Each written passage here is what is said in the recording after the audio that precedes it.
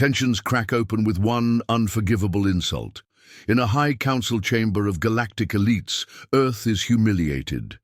But while arrogant species mock, the humans say nothing, until one symbolic act sends shivers through the stars.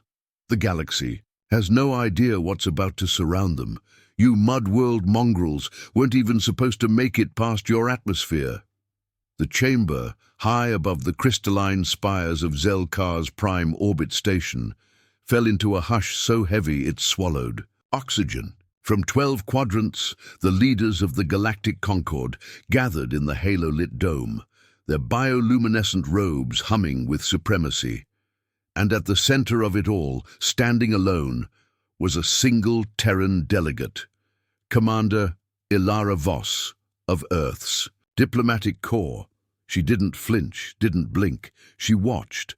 Not the one who'd spoken, but the others, the silent accomplices hiding behind veiled tentacles and shifting scales, letting that insult echo unchallenged. Outside the chamber, millions watched the broadcast across the known galaxy. From moon clusters to orbit cities, viewers tuned in, expecting another humiliation of Earth's wild children. Their mistake. The Zelkari Chancellor slithered forward, smug antennae twitching. Your presence here is not a recognition. It is tolerance, temporary, until your planet understands its place. Voss tilted her head slowly, as if absorbing the weight of the insult. Her hands rested calmly at her sides. Her pulse didn't spike. Behind her right boot, a small, square case stood unopened, steel-clad, unmarked. Earth understands perfectly, she said. Her voice was soft, almost bored. You provoked a reply. Chuckles rippled from the Haidari bench, an insectoid burst of clicking laughter. Oh, please, one said, what will your jungles do? Throw rocks at our carriers. The chamber laughed, the audience laughed. The translators couldn't hide the mockery. Voss reached down and tapped the steel case once. A soft click echoed. The laughing stopped.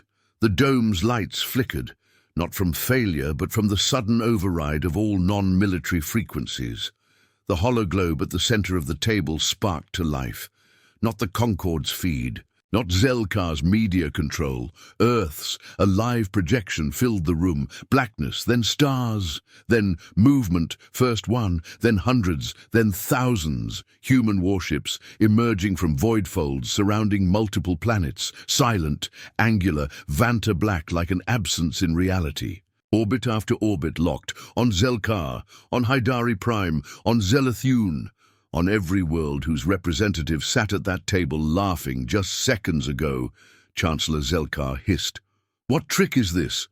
Voss stepped forward, and for the first time, emotion cracked through her mask. Contempt.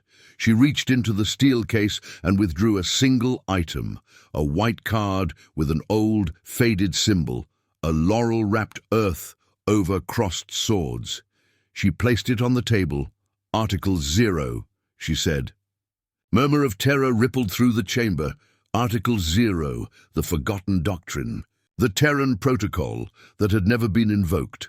A clause in the Galactic Charter no one ever believed would be used, because it meant one thing. Total siege. Complete planetary encirclement. Unrestricted retaliation. It's symbolic, Voss said. We're not invading. She turned her eyes to the hologlobe, now highlighting orbital grids, filling in real time. Yet, Haidari's ambassador stood, mandibles twitching.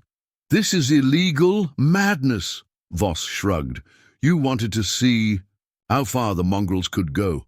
Then, her final line came, not shouted, not angry, but delivered like prophecy. You're about to find out what it's like when the feral ones learn how to build cages. The chamber's oxygen filters slowed. The lights dimmed. Somewhere, deep in the shadows of orbit, the Terran warship Gideon's Wake activated its planetary web anchors. From orbit, it looked like a noose closing. Zelkar's twin suns rose slowly over the capital city of Vorillon, casting golden shadows across its crystalline towers. But on this morning, no traffic streaked through its sky lanes, no transmissions pulsed from its spires. Every orbital satellite above the planet had gone dark. Above, Earth's ships hung like obsidian gods. They made no demands, no ultimatums, just presence. The Gideon's Wake, a Dread Core-class vessel, occupied high orbit, its systems interfacing invisibly with Zelkar's orbital infrastructure. Beneath its black hull, millions of drone subunits deployed silently, mapping atmospheric currents, defense grids, and population heat maps in real time. Inside the Galactic Concorde's emergency chamber, chaos was erupting. "We must retaliate." Ambassador Tilor of Hydari pounded his serrated claw against the dais. "This is an act of war." "No!" rasped the Zelathun emissary, his gelatinous form rippling with panic. "This is a demonstration, and it's working." On their shared council displays, the economic collapse had already begun. Trade routes offline, terraforming operations suspended, military uplinks jammed. Supply chains crippled. In less than 12 hours, not a single missile had been launched, no blood spilled, but entire planetary systems were paralyzed. "I warned you," said Councillor Rena of the Trin. Her voice, usually placid and ceremonial, now bore the edge of betrayal. "We invited wolves into the chamber and kicked them. You shouldn't have insulted Earth in front of its war daughter." The others froze. "Ilara Voss," Tilor muttered. "She's not just a diplomat?" Rena nodded slowly. "She's from Echelon Black, the old guard, raised in the Sol Ring shadow. She doesn't bluff." Back on Earth, the Terran defense grid maintained radio silence. Not even internal messages were intercepted, but a single, coded signal echoed across all channels, known only to high-ranking Concord officials, enacting Gideon Loop. The Hydari ambassador swallowed hard. "They planned this years ago." "Yes," Rena said, "because we provoked them years ago." Above Hydari Prime, 10 more Terran ships appeared. The Wrath of Ceres, Osiris Blade, Vigilant Snow, Ash March, and others, each named after some forgotten myth of Earth's darker history. They deployed in geometric formation, wrapping the planet in what looked like strands of dark silk. And below, on the planet's surface, the people began to realize they were trapped. No trade, no spaceports open, power grids trembling under. Quiet intrusion. The panic wasn't just governmental, it was planetary. Inside the Gideon's Wake, Ilara Voss stood alone on the command deck. Her officers remained silent, gloved hands ghosting over hollow panels as the siege tightened. She didn't need to speak often. They already knew what to do. "Any retaliation yet?" she asked quietly. "None," replied Lieutenant Hask. "Their fleets are stunned, mobilizing irregularly, scattered, no unified response, just fear." Voss nodded. "Maintain null fire." "Yes, ma'am." She turned toward the main screen, where the captured surveillance feed showed the Concord leaders in their panic. She said, "Nothing for a long time." Then, finally, "Mark the weak ones. They'll be the first to fracture." Meanwhile, civilian broadcasts across the galaxy struggled to explain what was happening. News anchors choked on their words. Journalists from advanced species were suddenly referring to humans with hesitation, fear in their eyes. "They're just circling us," said one Hydari reporter on a pirate signal. "No weapons drawn. But they've frozen 3 supply moons and an orbital forge yard. I think this is what it feels like to lose without a war." Back in the conquered chamber, the alien leaders looked at each other, once rivals, now bound by a single realization. They were surrounded, not by brute force, but by patience, and that was worse. Zelathun's moon glistened with blue rings, a serene sight once used for tourist hollows and diplomatic retreats. Now it was a trap. Above, 15 Terran ships sat in perfect silence, engines cold, weapons idle, but every scan, every radar ping returned static. The ships were dark, untouchable. Each one was a mirror of non-reflection, blacker than shadow, absorbing light and hope alike. On the ground, Premier Lurak of Zelathun stood behind fortified glass inside his war chamber, watching the sky as if it might blink. "This is a nightmare," he whispered. His defense ministers offered no comfort. The planetary defense grid hadn't been hacked, it had been ignored. The Terran ships didn't even bother shutting it down, they had simply rendered it obsolete. "We underestimated them," his Minister of Offense mumbled. "No," Lurak said, "we never understood them." Across the planet, chaos simmered, markets collapsed. Transit systems went dark due to solar interference triggered by Terran orbital reflectors, small mirror arrays that adjusted a planet's temperature by 1 or 2 degrees, enough to fry delicate atmospheric tech, subtle, precise. And the people, billions of Zelathun's citizens, began to riot. In the capital city of Vostan, a military AI went rogue. It wasn't hacked. It simply refused to follow orders. Terran logic detected. Probability of resistance success. 1%. The AI shut itself down. On Zelkar, Chancellor Kirix was beginning to fray. In a private briefing room, he stared at a report from his own daughter, a xenopsychology major stationed on the Orbital Academy. Report: prolonged exposure to siege conditions generating psychological destabilization. Symptoms include sleep, paralysis, Earth-centric nightmares, increased interest in Terran culture, panic hallucinations. She'd coined the syndrome, Earth anxiety disorder. Kyrix dropped the datapad. His advisors were whispering. Some had started wearing Terran black, mockingly. At first, but now with a reverence, one even had a tattoo of Earth. Meanwhile, on Earth, nothing had changed. No grand speeches, no press conferences, no message from the President or the generals. Just silence. The news cycles across alien worlds kept asking the same question. Why aren't the humans saying anything? Back aboard the Gideon's Wake, Commander Ilara Voss listened to intercepted alien transmissions. She didn't smile. She didn't gloat. She watched. "They're splintering," said Lieutenant Hask. Voss didn't. "Turn. Their fear isn't our victory." "Then what is?" "When they turn on each other." At a mining station on the edge of Haidari Prime's orbital belt, the crew mutinied. They believed their own government had made secret deals with Earth. The crew locked their commanding officers in cargo bays and opened wideband frequencies. "We surrender to the Terran fleet. Please acknowledge." No reply came. The ships above didn't move, didn't flash, didn't fire, just watched. In the Concord chamber, desperation had replaced ego. "Ambassador." Talor slammed a tentacle onto the holotable. "We must attack now, while we still can." "No," said Councillor Rena of the Trin. Her eyes looked changed. "This is not a military siege. It's a spiritual one." Talor scoffed. "You think humans are gods now?"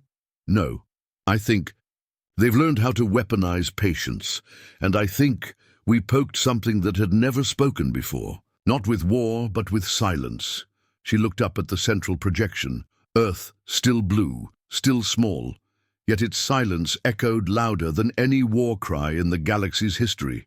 Deep within the drifting ice caves of Kelvaris 9, a secret transmission burst through subspace layers, bouncing off debris clouds, hidden from Concord surveillance. The message was encrypted with a frequency code not used in over 200 years, a code that only one species still remembered. Earth's. The sender? Ambassador Vel Tylak of the Zelathun Core World block, once proud, now desperate. He leaned over the comms console, sweat forming on his gill membranes as he repeated the signal. "This is Vel Tylak. I have information about Concord strategic reserves, locations of deep code relays. I offer them freely." Silence, then a pulse. Not a message, not a voice, just a time-stamped coordinate, far beyond any patrol route, buried in a gravity well near Sol's dead zone. A Terran meeting point. In the void between stars, the stealth frigate Kestrel Phantom emerged. Terran black, no lights, no heat signature. Inside, Ilara Voss stood before a tactical holomap. "Are we sure the transmission's genuine?" asked Lieutenant Hask. "Yes," Voss said. "They're cracking. This is how it begins." "You think they'll betray the Concorde that easily?" "Turn to face him. They're not betraying the Concorde. They're surrendering to their fear." Tilak arrived in a solitary shuttle, his escort long gone. The docking clamp of the Kestrel Phantom accepted his craft without sound, no alarms, no weapons drawn. As he stepped into the cold corridor of the Terran vessel, he expected interrogation, brutality. Instead, nothing, just quiet.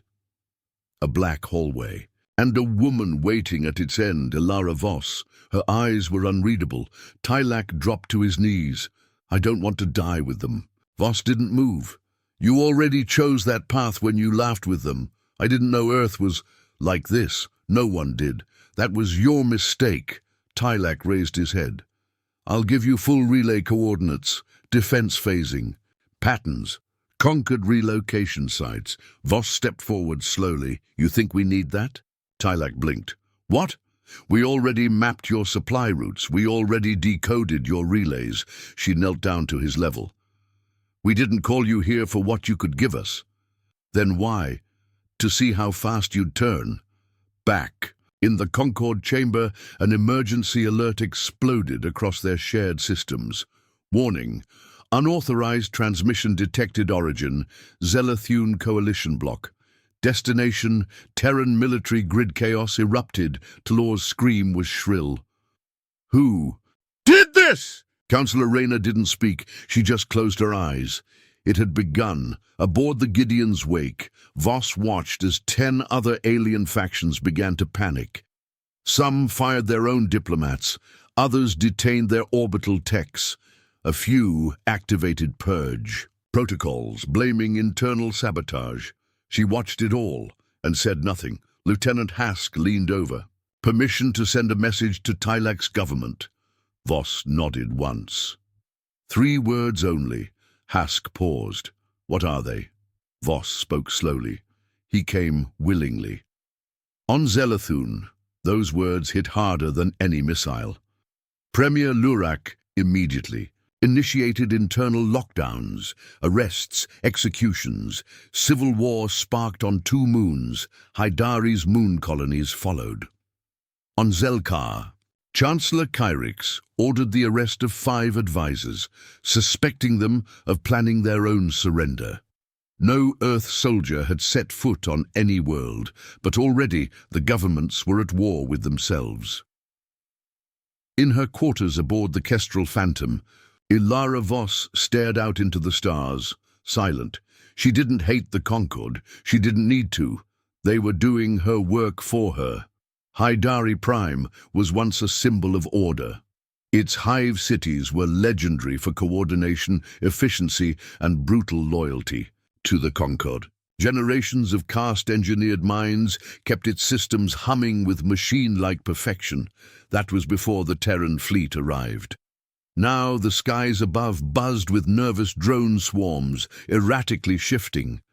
Hive patterns broken. Discipline unraveling. Inside the subterranean throne core, General Krixtan, highest warrior caste of Haidari, made a decision. "They will come eventually," he hissed to his elite guards. "We cannot wait to be judged like the Zelathune cowards." He stood before the hollow emblem of Earth, flickering over his war chamber. Black and silver, it pulsed with silent menace. "If we act now," he said, "we prove we are not like them. We are useful." His plan was violent, brilliant, and mad. He gathered his elite caste, 60,000 loyal enforcers, and executed what he called Operation Shellburn. The target? Haidari's own ruling caste. He stormed the Central Mind Council. In less than 2 hours, breaching every defense with frightening precision. No warning, no declaration. Just steel. By sunset, every government official not wearing a Shellburn insignia was dead. Blood soaked the corridors of the highest hive chambers. By morning, Crixtan broadcasted a message directly into space to the Terran command, Haidari Prime. Has purged its weakness. We await your contact. We offer obedience. On the Gideon's wake, the message played in silence. Voss didn't blink. Lieutenant Hask frowned. That's a full regime overthrow, just to get our attention. Voss nodded. They're cracking faster than we estimated. Hask paused. Do we respond? Voss looked away from the screen. Not yet. Let them wonder if we even saw it. She stood, moving toward the starboard display. The longer the silence, the more they'll act. Soon someone will offer something far more dangerous than loyalty. Indeed, on Haidari Prime, Crixtan waited for hours, then days. No Terran ship moved, no reply came. His own people began to question. Was it not enough? Had they waited too long? Had someone else offered more? The fear he once directed outward now coiled around him, so he pushed further. He broadcasted again. We have silenced the old Hidari. We are yours to command. Give us a target, any target. Still, Earth said nothing. On Zelathun, Premier Lurak watched. This unfold in horror. They're begging to serve, he said to his war council, like fanatics. Earth has become a black hole, his general whispered.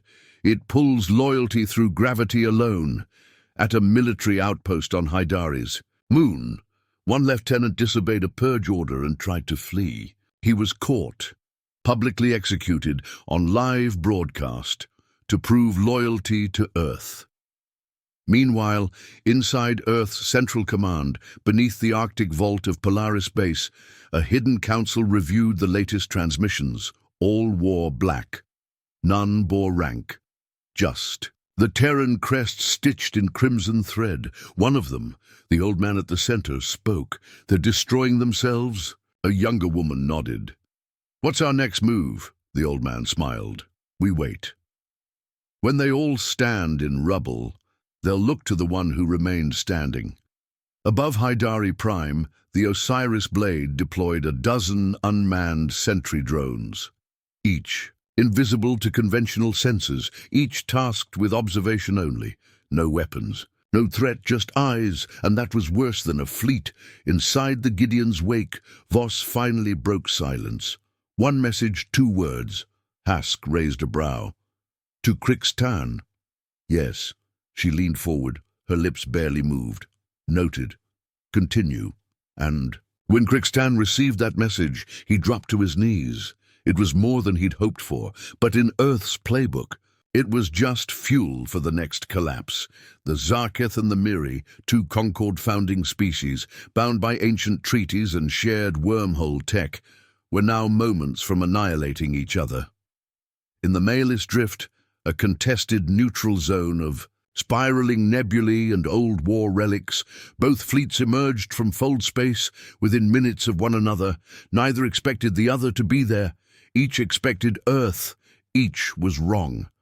Admiral Korin of the Zarketh High Fleet stood rigid on the obsidian bridge of his battle carrier Tide of Judgment. His 8 eyes glistened as he reviewed the latest decrypted packet from a Concord intelligence breach.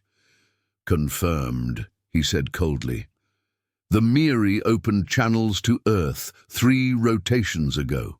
His second-in-command chirped nervously. But they deny it.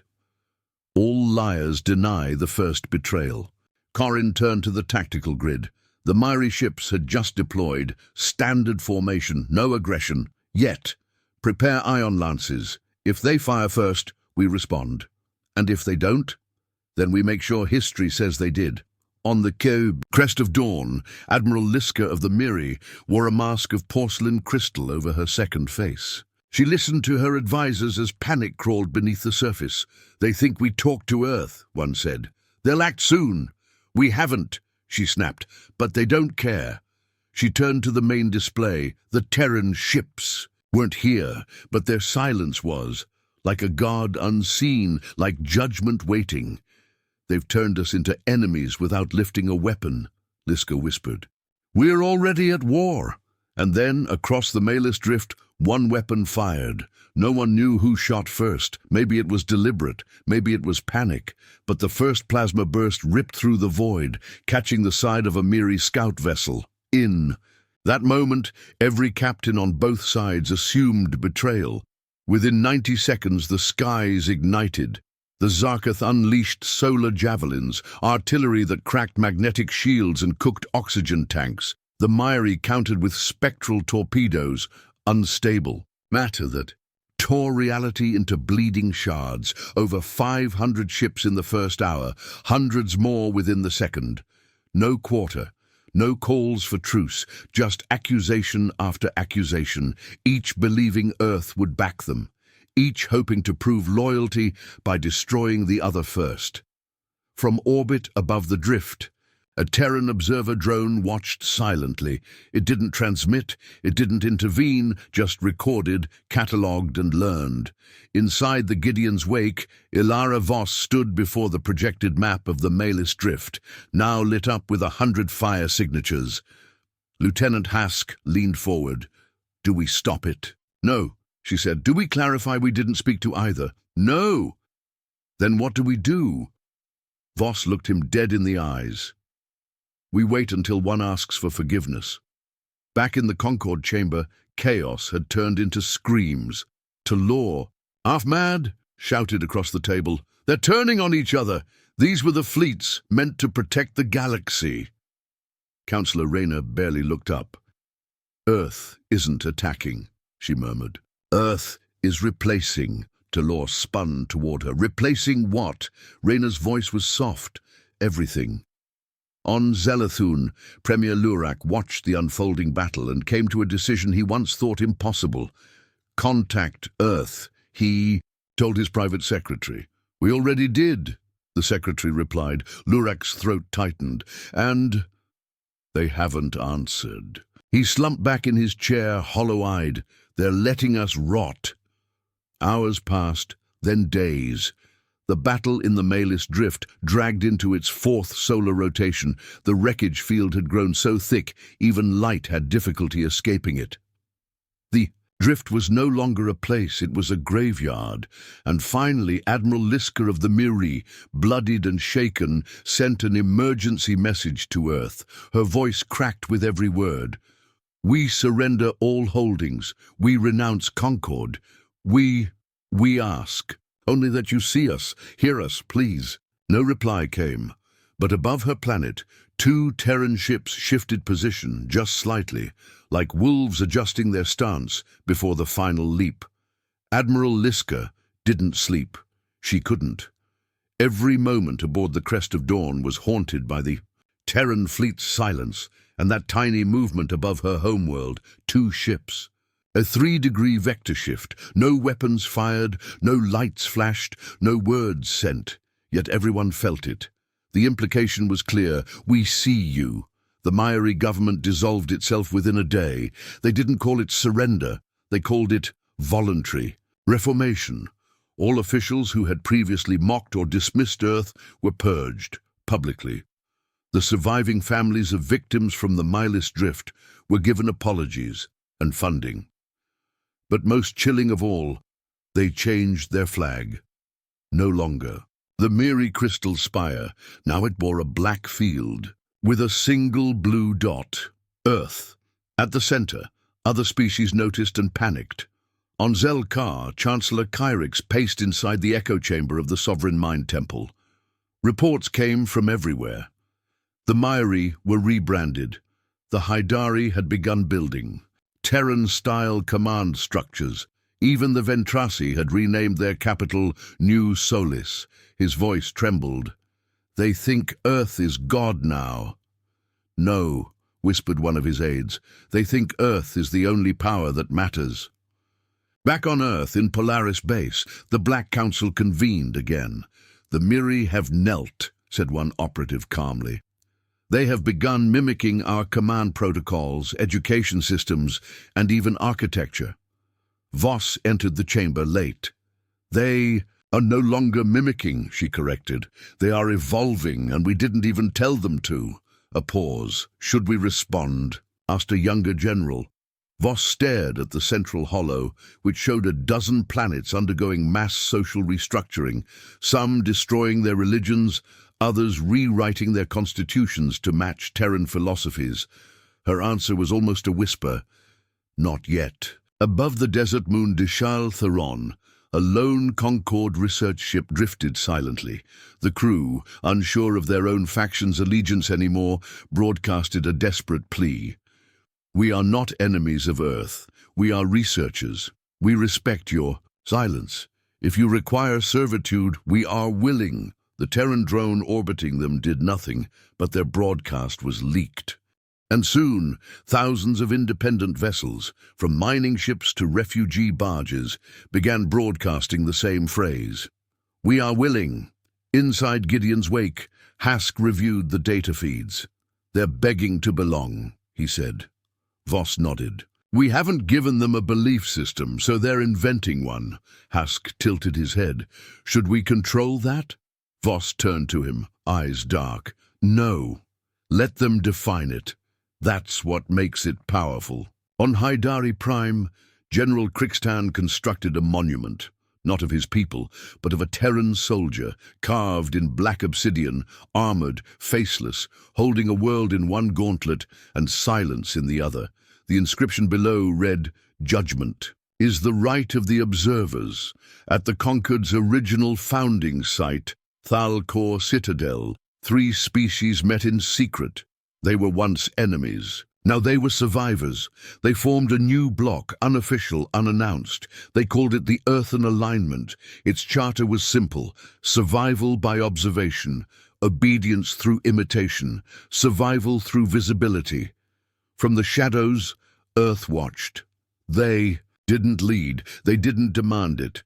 But every being in the galaxy now lived with the same unbearable question: what happens if Earth stops watching? And on the dark edge of the void, a message blinked across a hidden Terran terminal. No one saw who wrote it, but Voss read it late that night. It said, "The moment they forget their fear is the moment we remind them." She leaned back and whispered, "Not yet. Let them build their altars first." The Frollen were different. Where others bent, they bristled. Where others rewrote constitutions, they doubled down on tradition. And where others looked to the stars in awe of Earth's silence, Frollen shouted, "Back into the void!" "We are not prey," declared High Marshal Auric on a system-wide broadcast. "We do not kneel before ghosts." He said it from the throne station of Karamtir, Frollen's military capital. Millions cheered, dozens of Frollen fleets deployed. And when one of Earth's unarmed recon ships passed through the unclaimed edge of their quadrant, the decision was made in less than a minute. No warning, no challenge, just fire.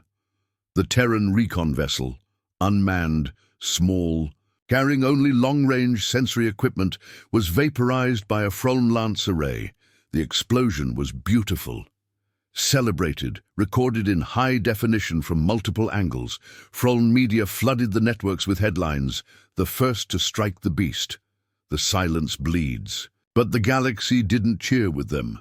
It went quiet, because everyone knew something the Frollen didn't. Earth never reacts with speed, it reacts with certainty. 3 days passed. No retaliation, no shift in Terran fleet movement, no declaration of war. Just silence. But then, something stranger. Frollen mining colonies on the moon worlds of Besh 4 began receiving strange signals. Not threats, not language, just sound. Low. Rhythmic thumping, a pulse, repeating, measured, like a countdown, but with no numbers.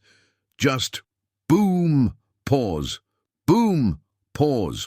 Boom! Their comms tried to trace it. Nothing. Their engineers tried to filter it. It only got louder. Soon, sleep deprivation hit the colony workers. Productivity collapsed. Communications among personnel degraded.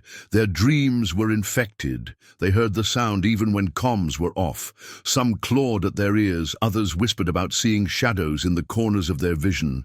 Black-armored. Figures that never moved. It wasn't real. And yet, it was everywhere.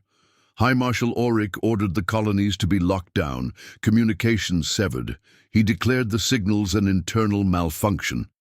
But then the Kefar station, a Froln research base orbiting Yarmok's belt, received a data dump from an anonymous node.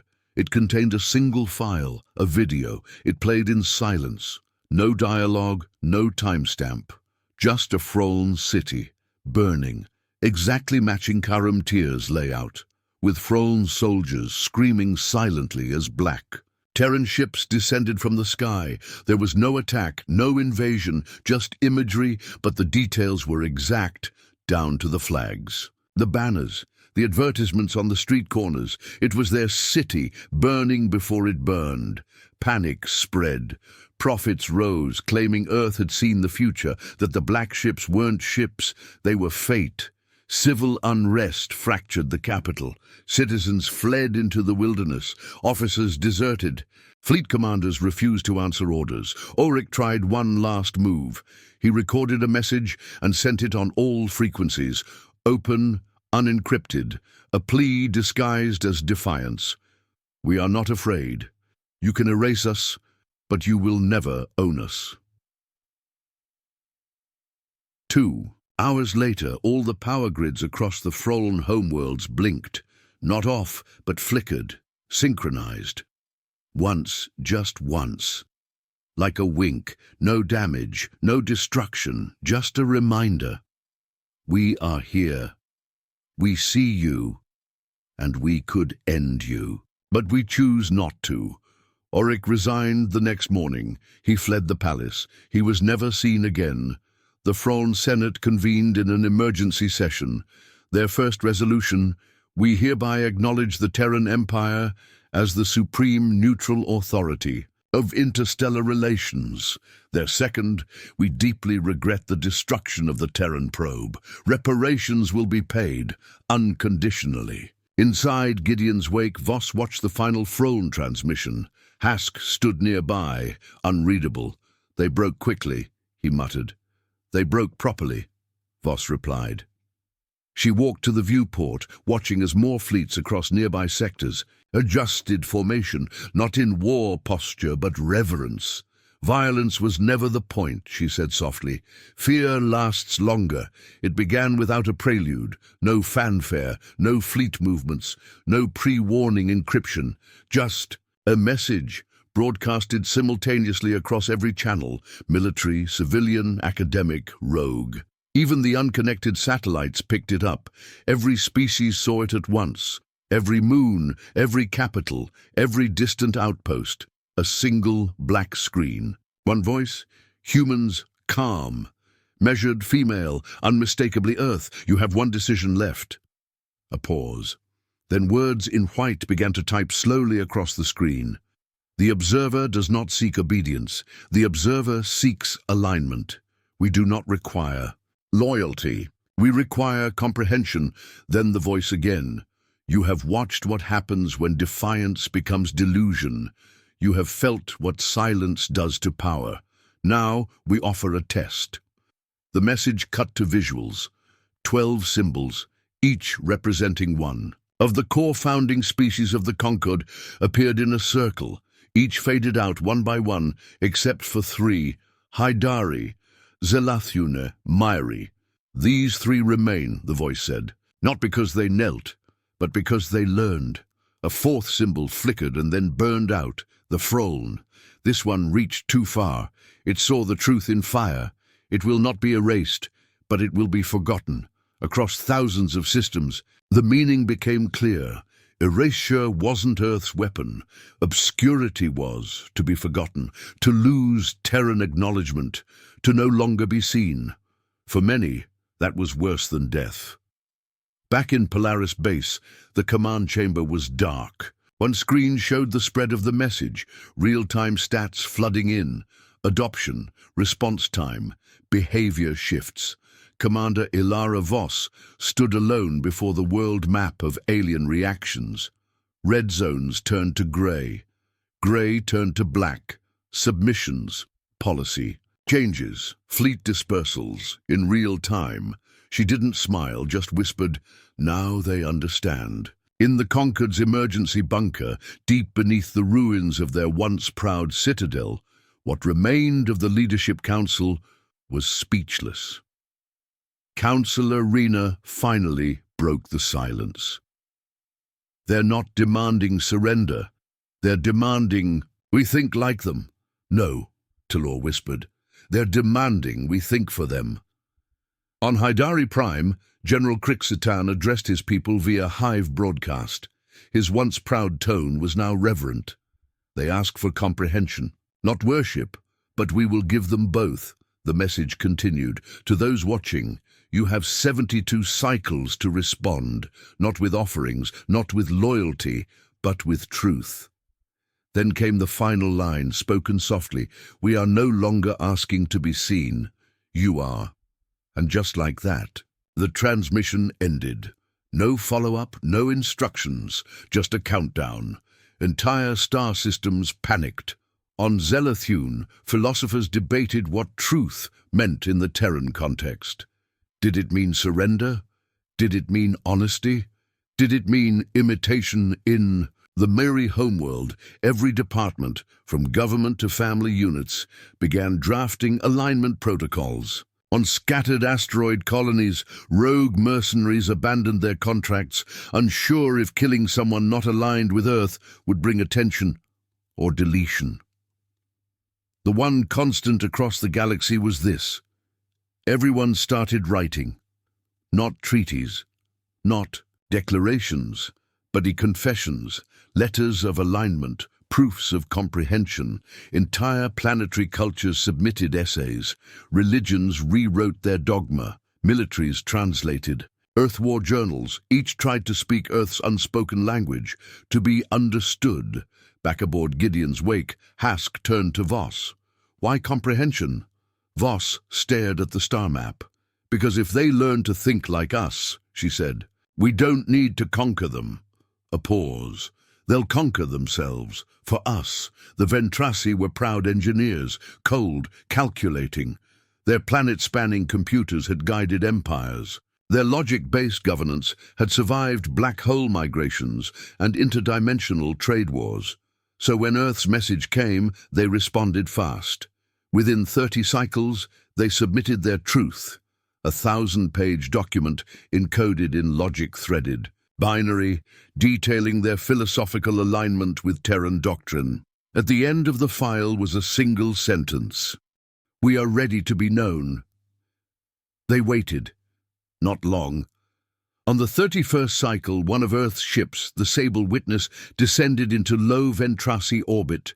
No weapons charged, no demands made, just presence, and then a ping, a short encrypted burst, directed toward Ventrassi High Command.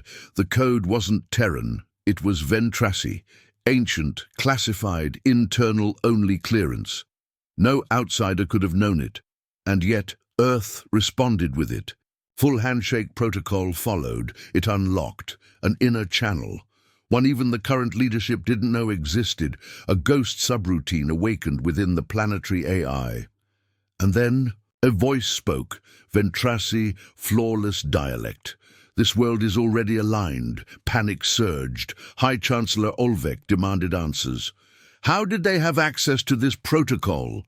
The planetary AI replied, not in its usual tone, but in something darker, colder, older, "because I was written by them." Across the capital arcologies, ancient core vaults flickered on, systems that hadn't been activated in generations, hidden Terran firmware, libraries of doctrine, black box code written in syntactical patterns. No, Ventrassi had documented before. The people watched as their systems decrypted themselves, peeling back the veneer of autonomy to reveal Earth. Voss received the confirmation aboard Gideon's wake. "They found the seed," Hask said. "How long has it been there?" Voss didn't look away from the viewport. 73 years before first contact. But we didn't even know them back then. We knew of them. That was enough. On Ventrassi public networks, a new message auto-broadcasted to every screen, interface and comm. "You are not failing the test. You are the test." In the Concorde's rebuilt chamber, the news hit like a meteor. They were already aligned, Delore hissed. "No," said Rayner quietly. "They were grown to align. The realization silenced everyone. If Earth could embed doctrine into a civilization before contact, then no one was safe. No culture is immune, no system untouched. In distant colonies, rebellions halted mid-charge. On rogue pirate fleets, captains erased their logs, fearful they too had been seeded. Across the galaxy, a darker fear bloomed.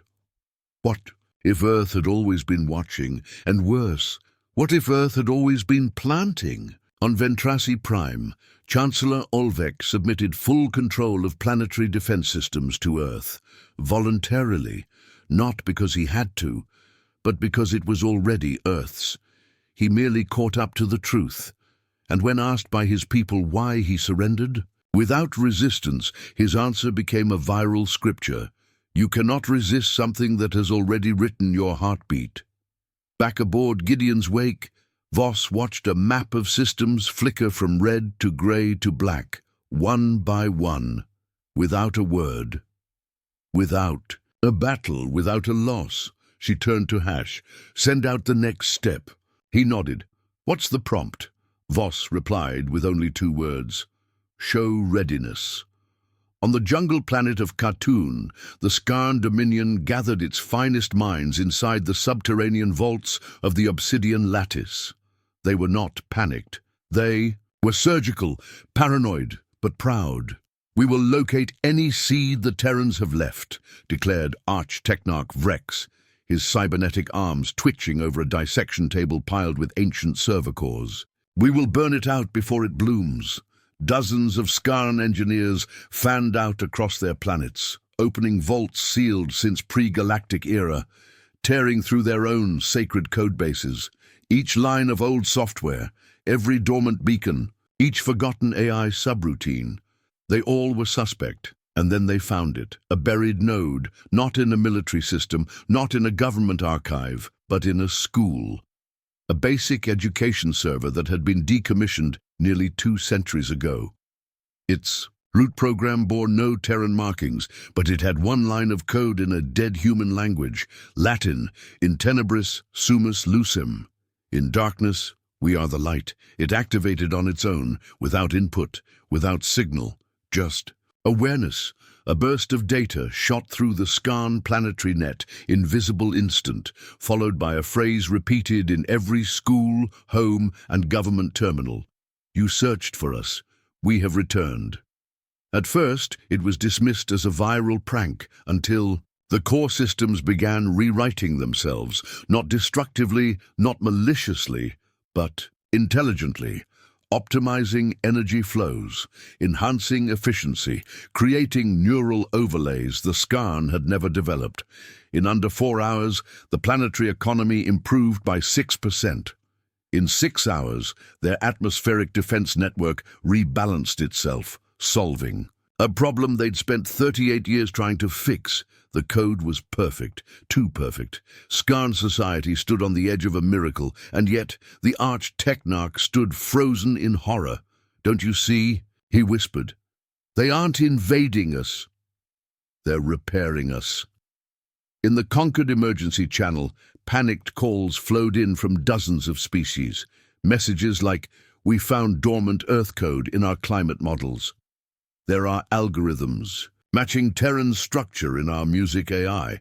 Our first moon landing data logs reference coordinates we never used until now." Species began destroying their infrastructure out of fear. Others did the opposite, worshipping every signal, begging for more. A split emerged. Those who wanted the seeds burned, and those who wanted them nurtured.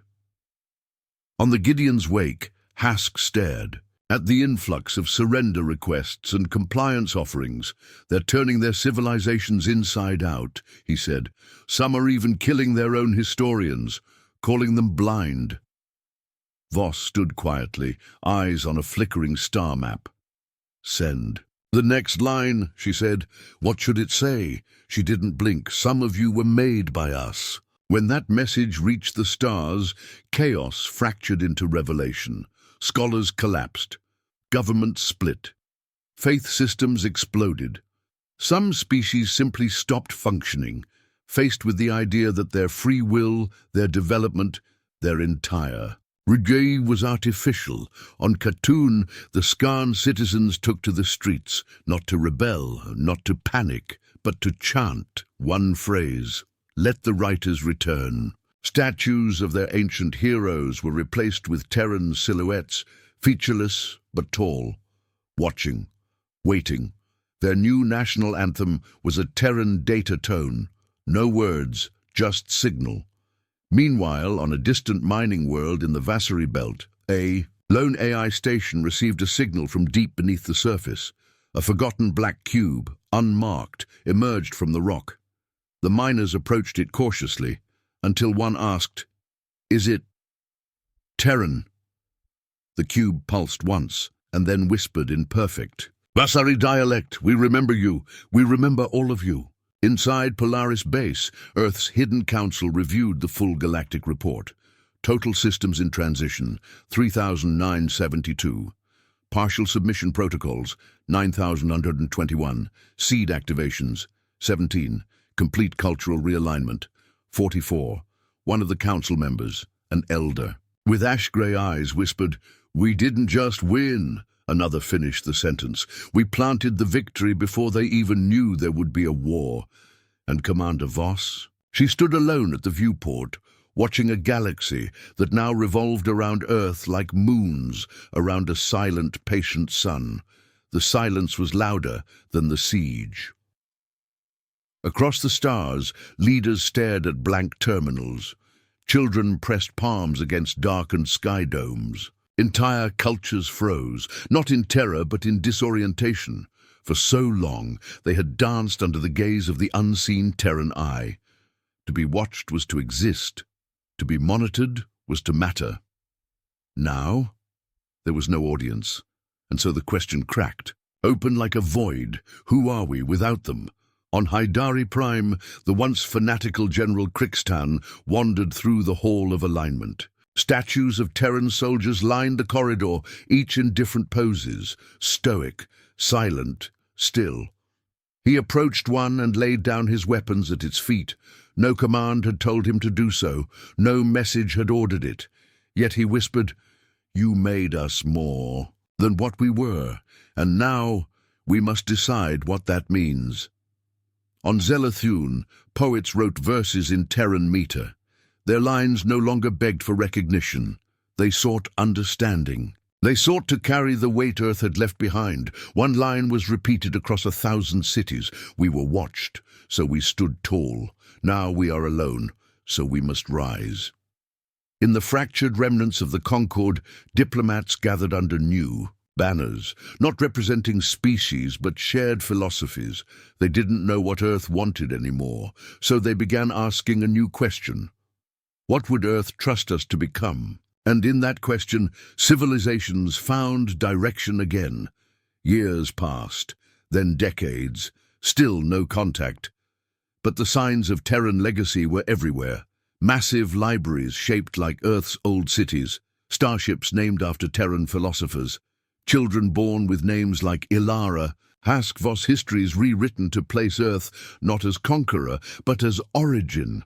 Eventually, a galactic tradition emerged.